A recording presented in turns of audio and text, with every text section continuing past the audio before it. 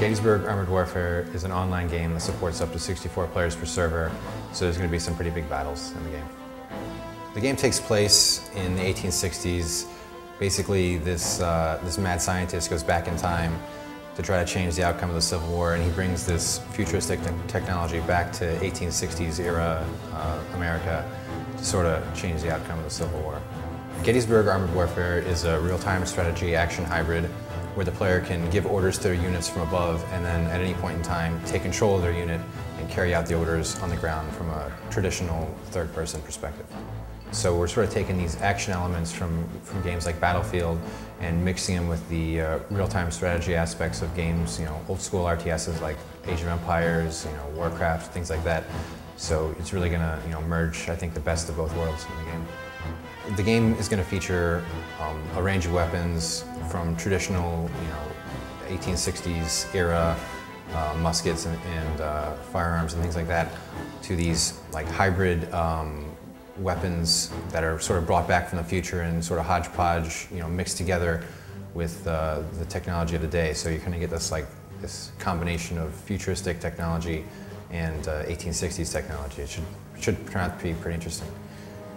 In the game, we're going to have all kinds of units, ranging from light tanks to infantry to heavy tanks and artillery units, all the standard stuff plus a few surprise units. The game features an army builder where the player has points to allocate.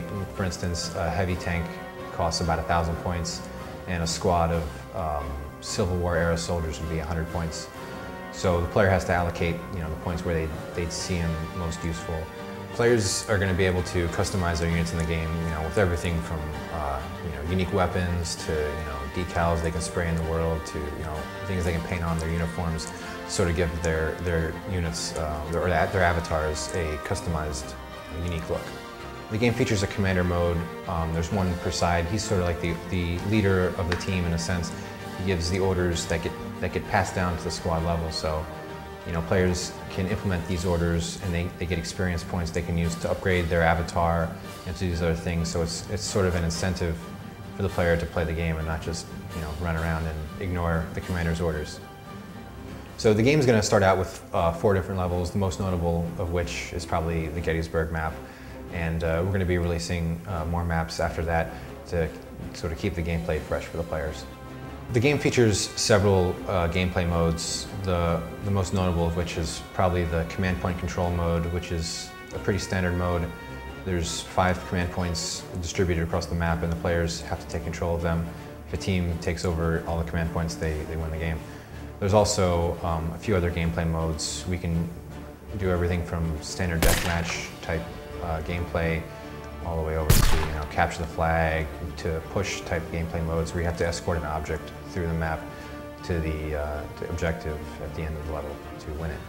So we're going to have all kinds of different gameplay modes in there. The players should be able to find one they like and really have fun with the game.